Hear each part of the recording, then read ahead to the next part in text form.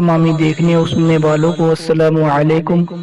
ناظرین، حضرت موسیٰ علیہ السلام ایک مدت دراز تک فرعون کو ہدایت فرماتے رہے اور آیات و معجزات دکھاتے رہے، مگر اس نے حق کو قبول نہ کیا، بلکہ اور زیادہ اس کی شرارتیں اور سرکشی بڑھتی رہیں، اور بنی اسرائیل نے چونکہ اس کی خدائی کو تسلیم نہیں کیا، اس لیے اس نے ان مومنین کو بہت زیادہ ظلم و ستم کا نشانہ بنایا۔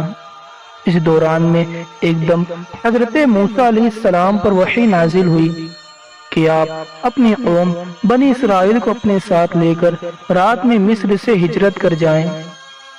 حضرت موسیٰ علیہ السلام بنی اسرائیل کو ہمراہ لے کر رات میں مصر سے روانہ ہو گئے۔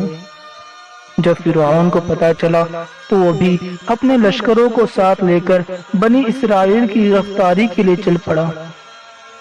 جب دونوں لشکر ایک دوسرے کے قریب ہو گئے تو بنی اسرائیل فرعون کے خوف سے چیخ پڑے کہ اب تو ہم فرعون کے ہاتھوں میں گرفتار ہو جائیں گے، اور بنی اسرائیل کی پوزیشن بہت ہی نازک ہو گئی، کیونکہ ان کے پیچھے فرعون کا خوخار لشکر تھا اور آگے موجیں مارتا ہوا دریا۔ اس پریشانی کے عالم میں حضرت موسیٰ علیہ السلام مطمئن تھے اور بنی اسرائیل کو تسلی دے رہے تھے۔ جب حضرت موسیٰ علیہ السلام بنی اسرائیل کو ساتھ لے کر دریا کے پاس پہنچ گئے تو اللہ تعالیٰ نے حضرت موسیٰ علیہ السلام کو حکم فرمایا کہ تم اپنی لاٹھی دریا پہ مار دو۔ جو ہی آپ نے دریا پہ لاٹھی ماری تو فوراً ہی دریا میں 12 سڑکیں بن گئی، اور بنی اسرائیل ان سڑکوں پر چل کر سلامتی کے ساتھ دریا سے پار نکل گئے۔ فرعون جب دریا کے قریب پہنچا اور اس نے دریا کی سڑکوں کو دیکھا تو وہ بھی اپنے لشکروں کے ساتھ ان سڑکوں پر چل پڑا، مگر جب فرعون اور اس کا لشکر دریا کے بیچ میں پہنچا تو اچانک دریا میں موجیں اٹھنے لگی اور سب سڑکیں ختم ہو گئی، اور فرعون اور اس کا لشکر دریا میں غرق ہو گیا۔ اس واقعے کو قرآن مجید نے کچھ اس طرح بیان فرمایا ہے: پھر جب آمنا سامنا ہوا دونوں گروہوں کا، موسیٰ والوں نے کہا ہم کو انہوں نے آ لیا۔ موسیٰ نے فرمایا یوں نہیں، میرا رب میرے ساتھ ہے، وہ مجھے اب راہ دیتا ہے۔ تو ہم نے موسیٰ کو وحی فرمائی کہ دریا پر اپنا عصا مار، تو جب بھی دریا پھٹ گیا تو ہر حصہ ہو گیا جیسے بڑا پہاڑ، اور وہاں قریب لائے ہم دوسروں کو، اور ہم نے بچا لیا موسیٰ اور اس کے سب ساتھ والوں کو، پھر دوسروں کو ڈبو دیا۔ بے شک اس میں ضرور نشانی ہے، اور ان میں اکثر مسلمان نہ تھے، اور بے شک تمہارا رب وہی عزت والا اور مہربان ہے۔ ناظرین، فرعون کے مرنے کے بعد اللہ تعالیٰ کے حکم سے دریا نے اسے کچھ عرصے کے بعد باہر پھینک دیا تھا، اور ایک شخص نے ساحل سمندر میں پڑی اس لاش کو پہچان لیا اور دربار میں اس کی خبر دی۔ فرعون کی لاش کو دربار میں لایا گیا۔ فرعون کی موت پانی میں ڈوبنے کی وجہ سے ہوئی تھی، اس وجہ سے اس کے بدن پر سمندری نمک کی ایک تہ چڑھ گئی تھی۔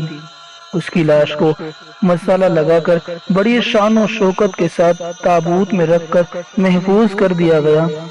کئی سالوں کے بعد مصر میں کھدائی کے دوران فرعون اور اس کے ساتھ کئی اور مومیاں ملی۔ فرعون کی لاش پر سینے کی طرف اس کا نام لکھا ہوا تھا۔ مختلف سائنسی ٹیسٹ کرنے کے بعد دنیا بھر کے سائنسدانوں نے یہ اقرار کر دیا کہ دوسری لاشوں کی نسبت صرف فرعون کی لاش پر ہی سمندری نمکینیات کی تہ چڑھی ہے۔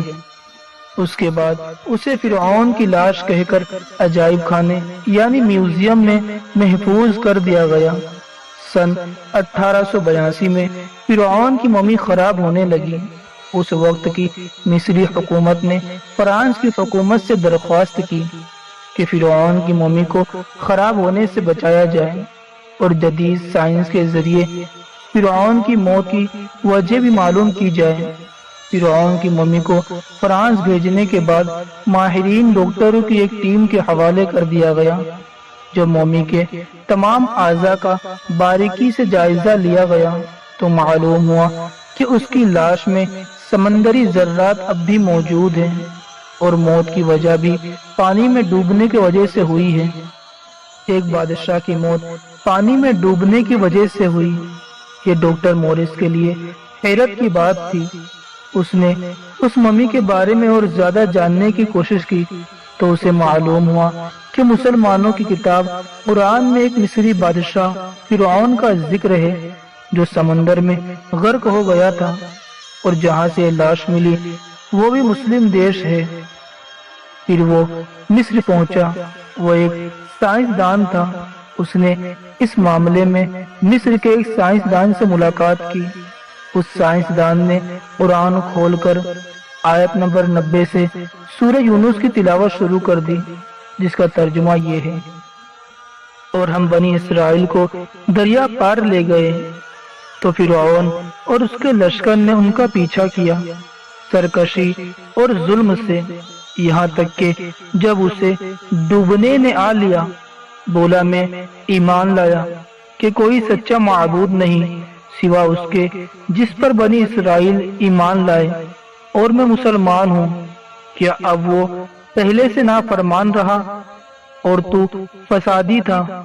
آج ہم تیری لاش کو اترا دیں گے کہ تو اپنے پچھلوں کے لیے نشانی ہو، اور بے شک لوگ ہماری آیتوں سے غافل ہیں۔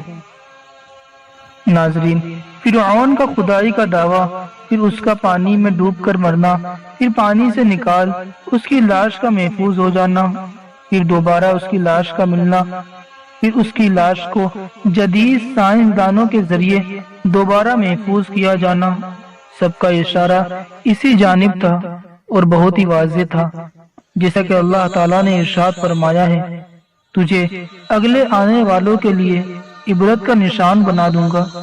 جب ڈاکٹر مورس نے قرآن کا ترجمہ سنا تو پکار اٹھا: بے شک اللہ سچا ہے، اس کی کتاب سچی ہے، اور اللہ کے رسول محمد عربی صلی اللہ تعالی علیہ وسلم سچے ہیں۔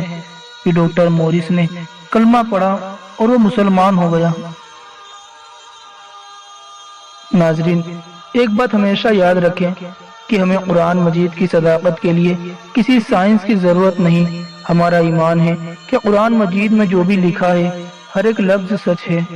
اللہ پاک نے ہر ایک چیز کا بیان قرآن مجید میں فرما دیا ہے۔ ناظرین، قرآن شریف صرف دیکھ کر پڑھنے کے لیے نہیں بلکہ غور و فکر کے لیے بھی ہے۔ علامہ اقبال فرماتے ہیں کہ ہم نے قرآن سے مرنا سیکھا۔ کوئی مرتا ہو اس کے پاس بیٹھ کر سورہ یاسین کی تلاوت کر دیں تاکہ اس کی روح آسانی سے نکل جائے، مگر کاش کی ہم نے قرآن سے جینا سیکھا ہوتا۔